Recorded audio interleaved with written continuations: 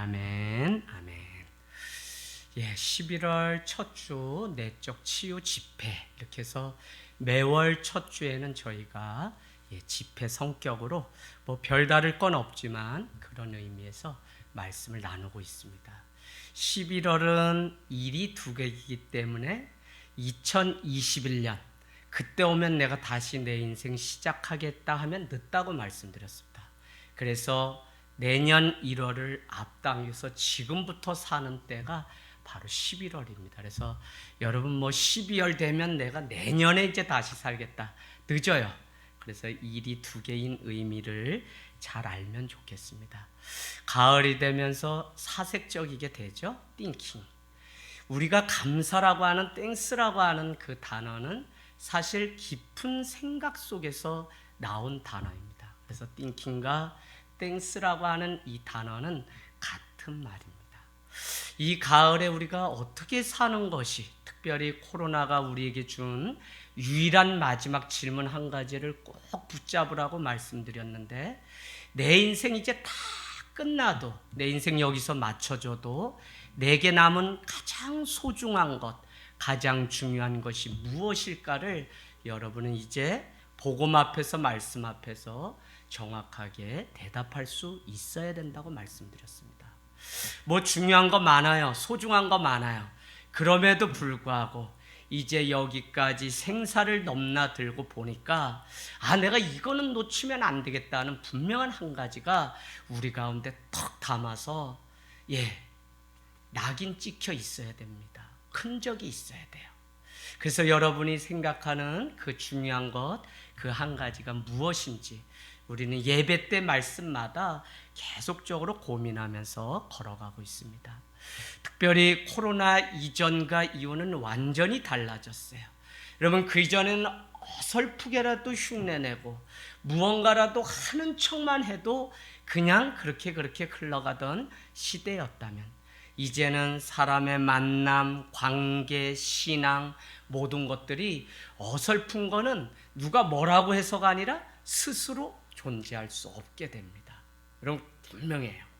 그래서 믿음도 분명하게 세우고 우리가 하나님과의 관계, 우리 안에 서로 사랑의 관계, 교회가 참됨을 지켜내지 못하면 사실은 누가 뭐라 그래서가 아니라 스스로 무너지는 때가 말씀대로 그대로 임합니다. 그래서 진리는 진심과 진실이 통해야만 진리를 들어주는 시대이기 때문에 여러분이 이 참되다는 것에, 오늘 나오는 단어 중에 다하여 27절에 목숨을 다하고 뜻을 다하고 이 다하여 온전히 다하라고 하는 이것이 바로 참되다는 의미입니다. 그래서 우리가 어떻게 살아가야 되는지를 하나님 앞에, 복음 앞에 내 삶을 정리하고, 두 번째는 내 삶을 복음 앞에 세우는 은혜가 있기를 원합니다.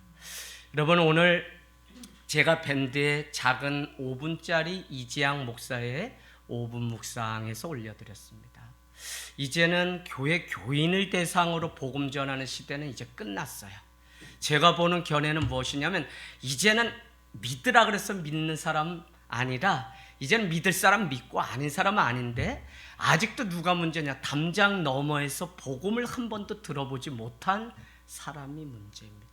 그래서 제가 여러분께 말씀드렸다시피 우리가 믿는 이 복음이 참된 진리가 맞다면 이제는 우리끼리의 진리가 아닙니다. 이제는 이 말씀이 세계 어디에 나가서도 진리이기 때문에 소통이 되고 대화가 되고 생명을 낳는 일들이 있어야 됩니다. 할렐루야. 그러려면 우리가 이 복음을 어떻게 전하고 이 복음의 그 참됨이 무엇인지를 잘 알고 전해야 되는데, 그 5분 영상에 제가 앞으로 조금씩 믿지 않고 가난한 성도로 살아가는 자들을 같이 이렇게 대화를 해보려고 하나님의 사랑이 어디에 있나라는 제목으로 그냥 여기서 연습 한번 해봤어요. 그랬더니 그냥 뭐 쓸만하다 이래서 그냥 한번 올렸는데 여러분이 들어보시면 좋을 것 같습니다. 여러분이 오늘 이 말씀의 저자인 누가는 사실 사도행전을 기록한 자입니다. 이 사실이 왜 중요하냐면 누가는 의사인 동시에 지중해라고 하는 바다를 건너가 보았기 때문에 그는 웬만한 것은 바다가 아니에요. 큰 바다를 경험하고 나면 그 나머지는 다 작게 보이게 되어 있습니다. 그래서 유독 누가복음 5장은 뭐라고 얘기했죠? 5장 1절로 한번 가보실래요? 누가복음 5장 1절. 누가복음 5장 1절. 무리가 몰려와서 하나님의 말씀을 들을새 예수는 게네사렛 호숫가에 서서. 여러분, 마태나 마가나 다른 복음서는 이거를 갈릴리 바다라고 이야기하고 디베라 바다라고 이야기함에도 불구하고 누가는 큰 바다, 지중해 요바를 보았기 때문에 그는 더 이상 자기 눈에 바다가 아닌 것입니다. 그래서 오늘 자기 눈에는 그것이 너무 작기 때문에 그냥 오늘 호숫가라고 이야기하고 있는 것입니다. 우리가 하나님의 은혜, 하나님의 세계를 보고 하나님의 뜻을 알고 하는 것 너무 중요합니다.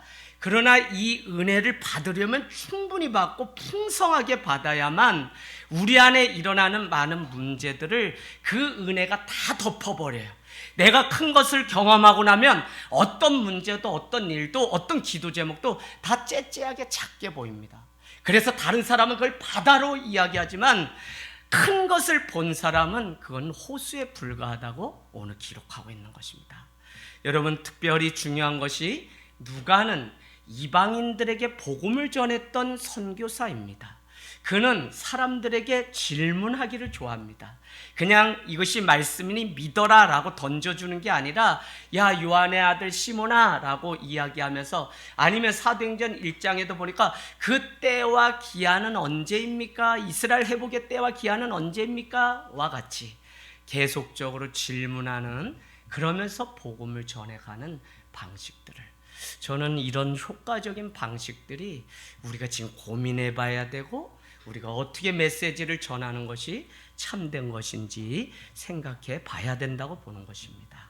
여러분, 우리는 살아가면서 많은 질문을 던지고 살아갑니다. 질문을 던진다는 것은 좋은 답을 찾기 위한 시작입니다. 좋은 질문이 좋은 답을 얻게 한다는 사실을 우리는 알고 있어요. 가령 우리가 실제로 우리의 질문 속에 이미 내가 질문하는 그 안에 결론이나 답이 이미 있다는 사실을 아셔야 돼요. 그 이야기는 뭐냐면 내가 묻는 질문 안에 이 대답이 부정적인 대답으로 올 것인지 긍정적인 대답으로 올 것인지는 이미 내가 하는 질문 안에 있다는 것입니다. 여러분, 질문하면서 우리가 놓치지 말아야 되는 것이 무엇이냐면 질문이 이제는 믿음의 질문으로 바뀌어야 된다는 것입니다. 질문이 달라야 대답이 달라지고요. 바른 질문을 던져야 바른 답을 얻을 수 있습니다. 예를 한번 들어보면, 왜 이렇게 경제가 좋지 않지? 이러다 망하겠다라고 말하는 한 사업가가 있다고 생각해 봅시다. 그의 대답은 뻔한 거예요. 이미 질문이 이러다 망하겠다라고 이야기했기 때문에 그는 폐업을 하거나 거기에서 그냥 가게를 접는 편이 난 것입니다. 그런데 왜 이렇게 경제가 안 좋지? 어떻게 하면 더 잘 살 수 있을까라고 질문을 한다면 그 답은 달라집니다. 무슨 이야기냐면 우리가 하는 질문이 바뀌면 답도 바뀌고 그 답을 찾는 방법도 달라진다는 것입니다. 그래서 신앙은 정말 그냥 주는 거 먹는 게 아니라 우리가 하나님을 찾아가기 위해서 구도자로 끊임없는 좋은 질문을 하면서 찾아가는 연습이 우리에게 있어야만 우리는 누군가에 의해서 얻는 신앙이 아니라 내가 찾아갈 수 있는 그 능력이 우리 가운데 생긴다는 것이죠. 우리가 하는 질문이 바뀌면 답도 바뀌고 답을 찾는 방식도 달라집니다. 어떻게 하면 큰 교회를 세울 수 있을까라는 질문보다 어떻게 하면 건강한 교회를 세울 수 있을까 하는 질문의 답은 완전히 달라집니다. 좋은 질문이 좋은 답, 좋은 방법, 좋은 과정을 만들어가요. 그래서 여러분, 우리가 질문하는 사람들이 공부도 잘하는 것처럼 좋은 질문을 던질 수 있는 신앙이 바로 그 신앙의 깊이가 어느 정도 되는지 우리는 알 수 있다는 것입니다. 그래서 우리는 경건의 능력이 오늘 이 시간에 회복되려면 경건한 질문을 던질 수 있는 믿음의 눈을 가져야 됩니다. 부정적인 질문, 세상적인 탐욕이 있는 질문은 여전히 그렇게밖에 답을 얻지 못한다는 것입니다. 목사님, 무슨 그렇게 이야기가 거창합니까? 무슨 이야기 하시려는지 도무지 모르겠죠? 오늘 우리는 25절로 돌아가겠습니다. 어떤 율법 교사가 있는데 그는 예수님을 시험하려고 찾아와서 질문합니다. 예수님, 내가 어떻게 해야 영생을 얻을 수 있습니까? 라는 것입니다.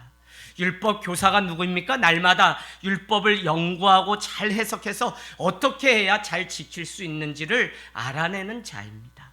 또한 자신의 지식을 과시하고 싶어서 무엇을 해야만 영생을 얻을 수 있다고 믿는 자입니다.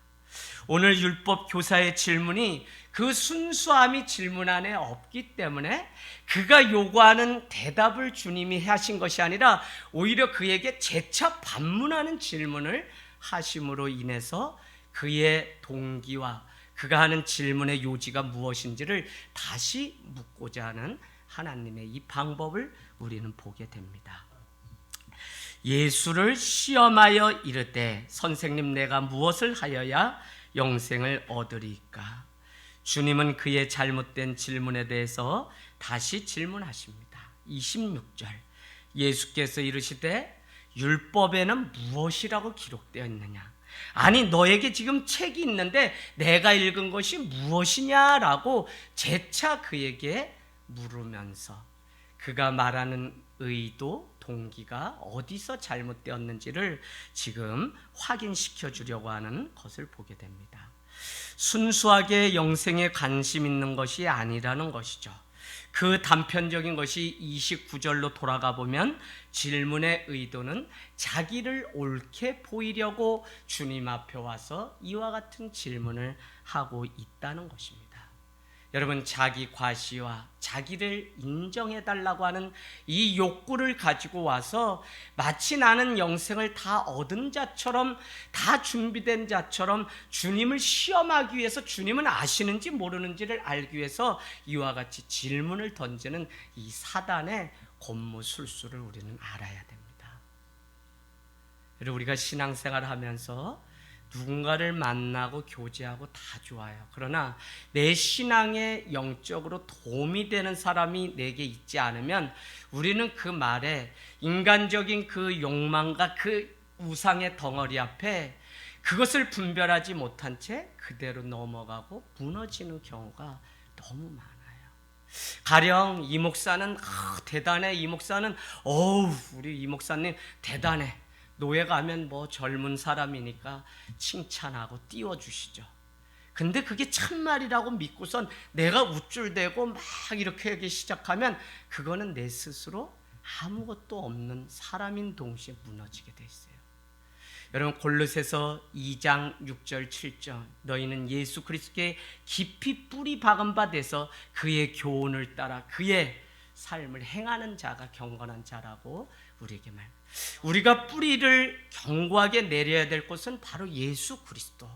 결국은 이 건물의 높이는 그 깊이 때문에 결정되는데 30층, 40층 되려면 깊이를 더 깊이 파들어가야 되는데 우리가 예수 그리스도 안에 이제는 성장하고 성숙하려면 우리의 믿음의 뿌리가 예수 그리스도께 깊이 뿌리 내리면 내릴수록 우리는 흔들리지 않고 우리가 이 말이 참인지 아닌지를 분별할 수 있다는 것입니다.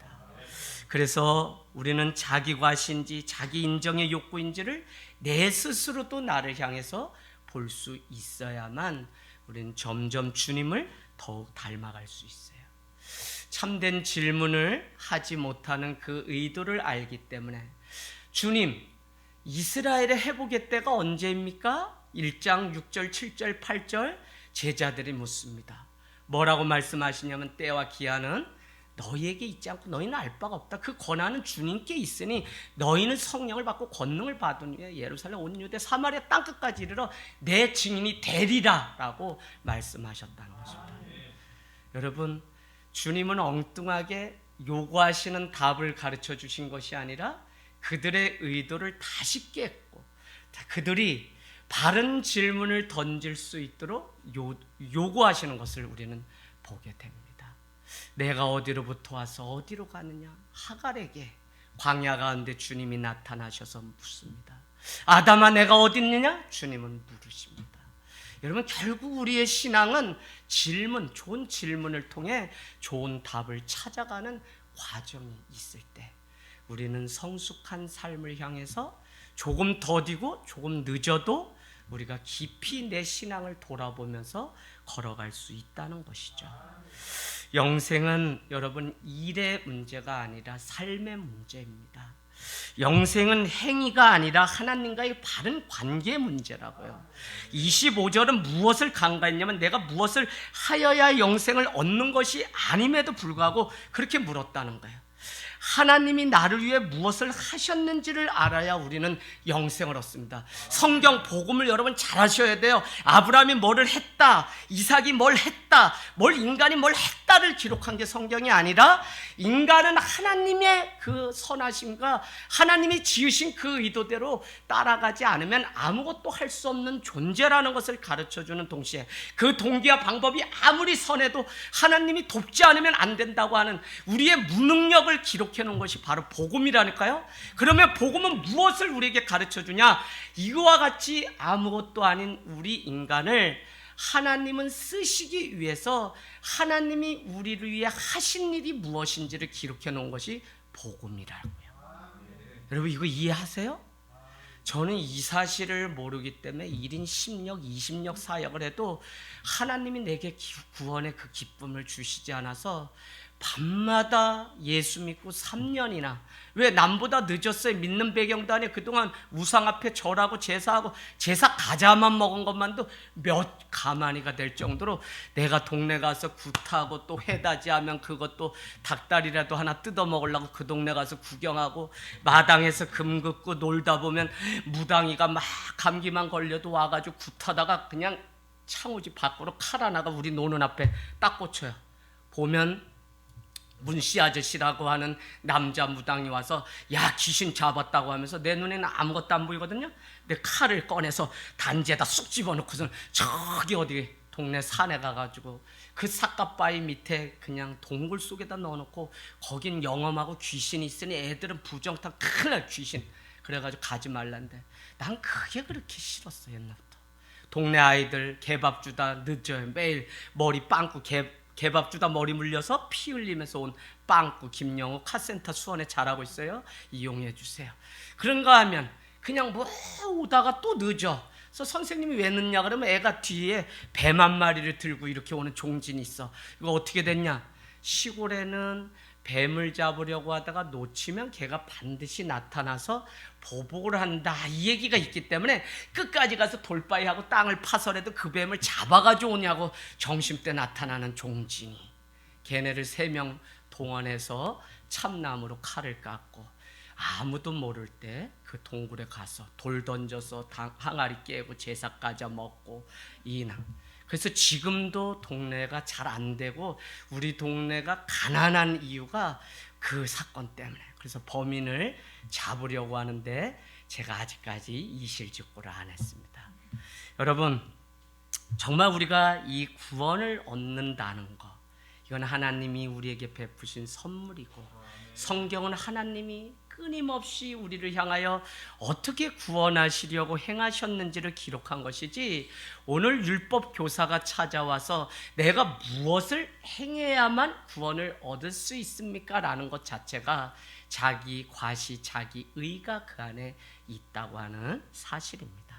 하나님은 거기에 관심 있는 것이 아니라 너가 하나님과 어떤 관계 속에 살아가고 있는지가 더 구원을, 영생을 얻는 지름길임을 우리에게 가르쳐주고 있는 것입니다. 때로는 많은 사람들이 저를 찾아오게 돼요. 목사님, 사역해서 이렇게 풍하는 비결이 뭐 있습니까? 하고 노하우를 알려달라 그래요. 그러면 많은 사람들은 세미나 때 와서 노하우 하나 가지고 가려고 하는 것처럼 저는 어떻게 해요? 그분에게 설명을 해주긴 해주지만 반드시 단서로 거는 단어가 있습니다. 제가 왜 이렇게 사역을 했냐면요 라고 늘 해요.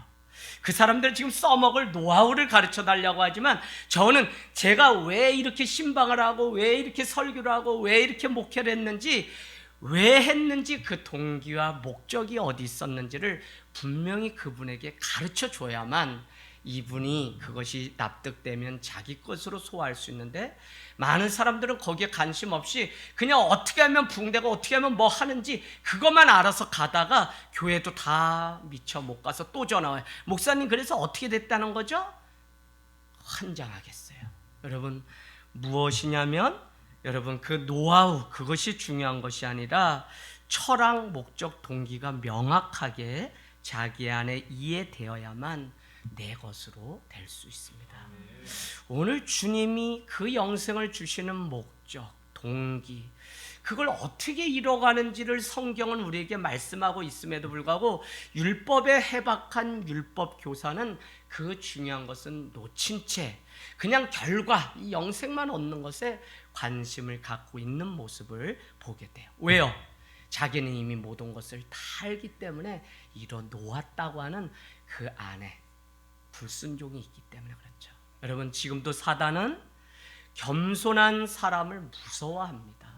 하나님은 겸손한 사람을 사용하시려고 하고 사단은 어떻게 해요?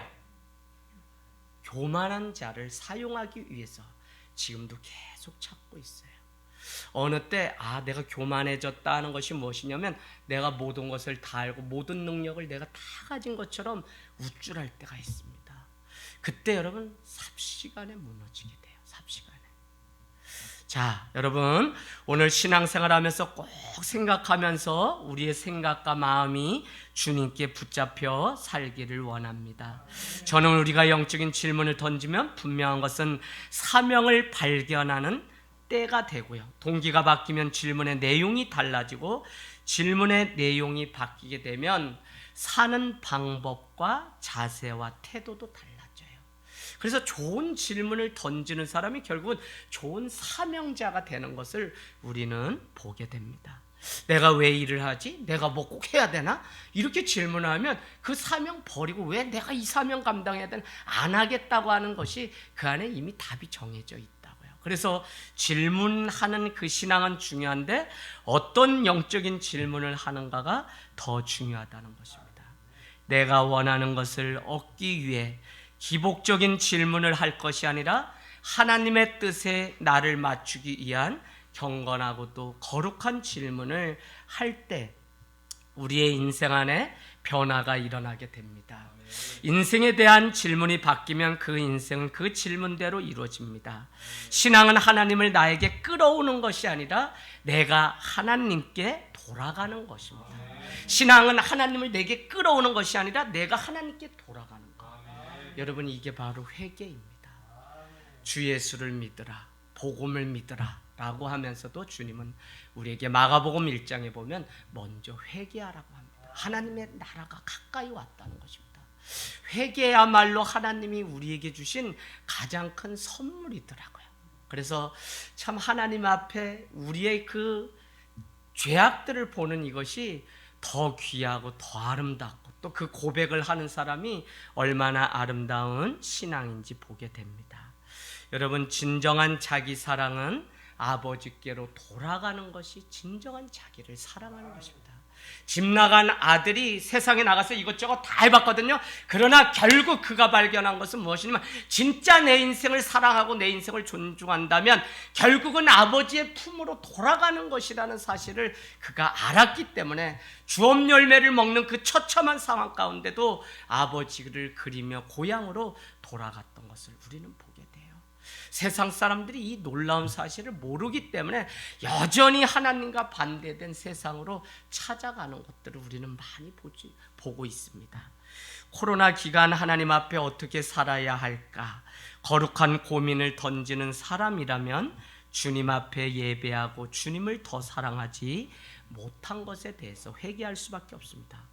그래서 더 크신 하나님의 사랑을 경험하게 되겠죠. 그러나 코로나 기간 어떻게 하면 죽지 않을까 질문을 하면서 내가 살았다면 결국은 영육간에 다 죽게 되고 맙니다. 그래서 질문의 수준을 높이면 성도의 그 신앙의 수준이 높아지는 것입니다. 무엇을 먹을까, 무엇을 입을까를 고민하고 질문하는 신앙이라면 주님은 우리에게 이방인이 구하는 그것을 구하는구나.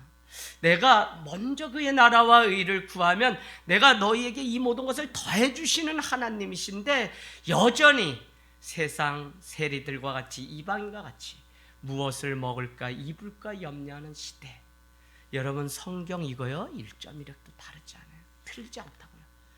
여러분, 이제 마지막 코로나 이후에 점점 저는 눈으로 분명하게 성경이 그대로 이루어지는 걸 보는데, 사람들의 지금 관심은 어떻게 하면 먹고 살 수 있을까, 어떻게 하면 좋은 거 입고 살 수 있을까. 그냥 뭐 나쁜 게 아니에요. 좋은 거 그냥 입을까 먹을까가 아니라 어떻게 하면 좋은 음식 먹을 수 있을까. 계속 질문은 먹을까 입을까의 문제로 계속적으로 귀결할 것입니다. 오히려 신앙을 기복적으로 자기의 뜻을 이루기 위해서 하나님을 이용하는 그것이 바로 우상입니다. 그래서 우상이 이 세상의 많은 자들을 갉아먹고 그 영혼을 갉아먹으면 결국은 여러분 뭐 배움, 지식 다 우상 덩어리가 되면 우리는 그것에 그냥 무너지게 돼요. 사명은 내팽개친 채 뭐 그거 서울대 나오고 뭐 한 거 그거 뭐 중요합니까? 근데 사람들은 다 그렇게 되게 돼 있어요. 여러분, 바른 질문, 바른 신앙, 바른 신앙 교육이 우리 안에 있기를 원합니다. 오늘 영생을 얻는 방법을 주님은 분명히 말씀해 놓으셨습니다. 내가 읽는 그 성경에는 무엇이라고 기록되어 있느냐라고 했더니 27절 말씀 보실래요? 내 마음을 다하며 목숨을 다하며 힘을 다하며 뜻을 다하며 주 너의 하나님을 사랑하고 또 내 이웃을 내 자신과 같이 사랑하라 하였나이다. 아멘. 맞습니다. 성경은 하나님의 뜻에 대해서 어렵게 말하지 않고 분명하게 말해 놓았어요. 자꾸 우리가 무슨 하나님의 뜻, 하나님의 음성 듣는다, 뭐 눈 감고 뭐 이러다가 부채도사가 되는데, 성경으로 돌아가면 분명해. 여러분, 이 말씀을 어디에 기록해 놓았냐면 마태복음 22장 37절 39절 분명히 났어요. 여러분, 하나님의 뜻이 무엇인지 오늘 알고 가셔야, 이것만 알고 가시면 됩니다. 마태복음 22장 37절 39절 하나님의 뜻, 하나님의 계명이 무엇인지를 우리에게 분명히 이 말씀을 기록해 놓았어요. 자, 찾으셨나요? 22장 37절 39절 찾으셨죠? 자, 우리 같이 읽습니다. 시작.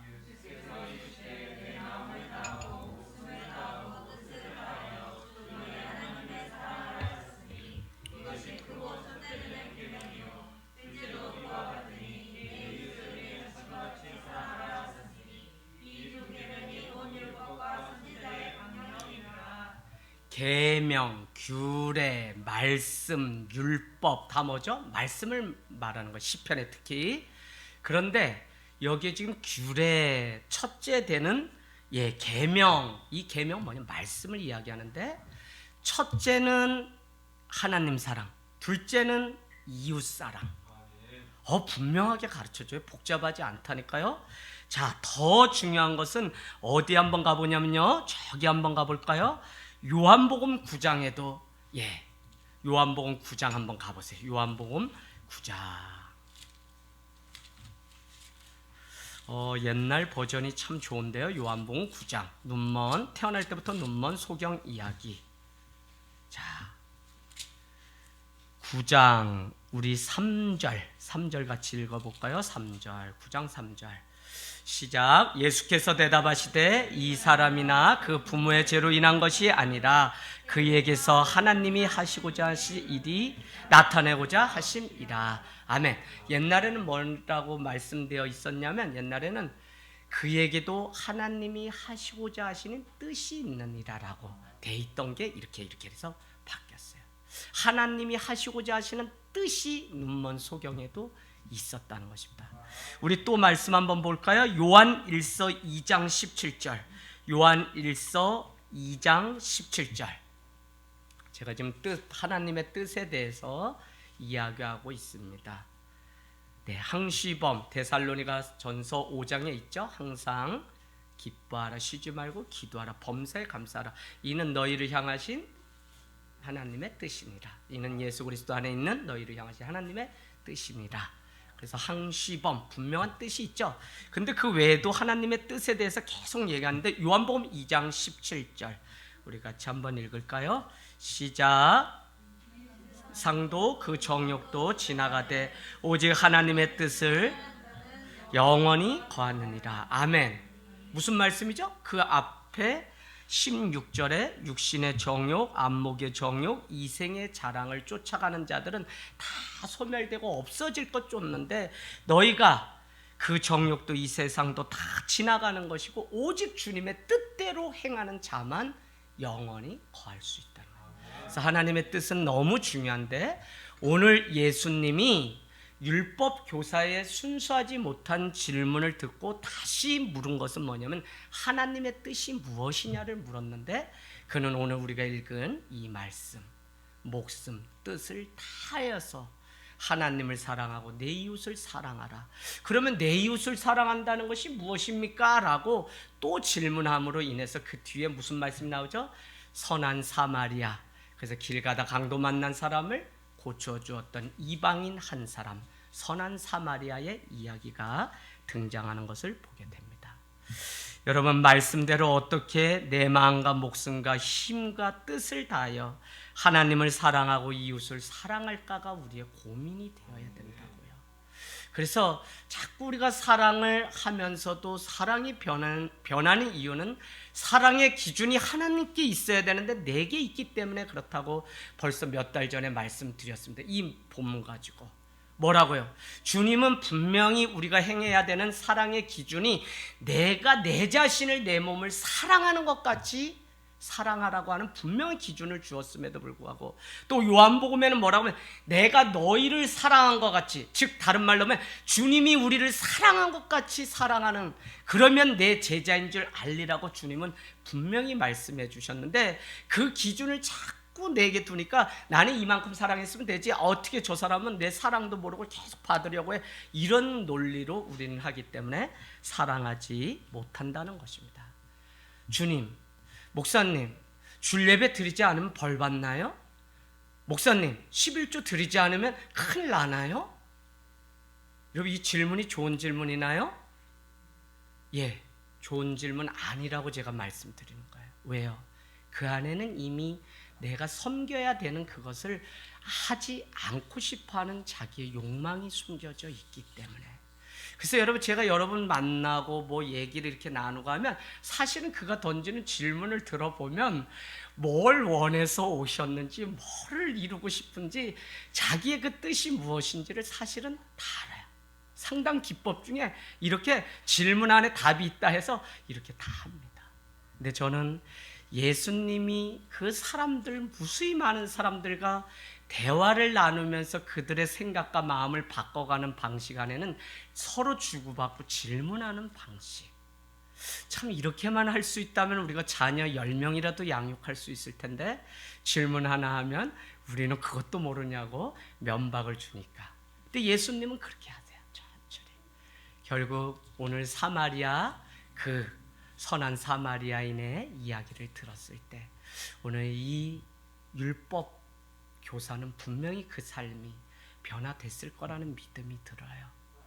여러분, 한밤에 찾아왔던 니고데모는 내가 어떻게 영생을 얻을 수 있습니까? 아, 물과 성령으로 거듭나야 된다. 내가 그러면 다시 어머니의 뱃속으로 들어가라고요? 요한복음에 나옵니다. 요한복음 1장은 한 변화가 주제인데 1장은 뭐죠? 말씀이 육신이 되어 우리 가운데 오셨다는 것. 2장은 포도주, 물이 포도주로 변화됐다. 3장은 38년 된 병자가 고침을 받아 변화되었다. 4장, 5장, 9장은 뭐였죠? 눈먼 소경이 또 고침받은. 그래서 이 요한복음은 변화에 대해서 우리에게 계속적으로 말씀하는 성경인데, 예, 우리가 오늘 정말 주님 앞에 좋은 깊은 질문을 던져서 우리 삶의 변화가, 그래서 오늘 좀 같이 곰곰이 기도하기는, 우리가 주님 안에서 정말 변화돼야 될 부분, 하나님, 내가 하나님과의 관계 안에서, 또 우리의 가정이 주님과의 관계 안에서, 또 하늘 땅 교회가 주님과의, 또 이 땅에 세워진 많은 자들이 주님을 알 수 있도록 우리 반주 좀 해주시고요. 네, 우리 같이 그냥 바로 기도하도록 하겠습니다.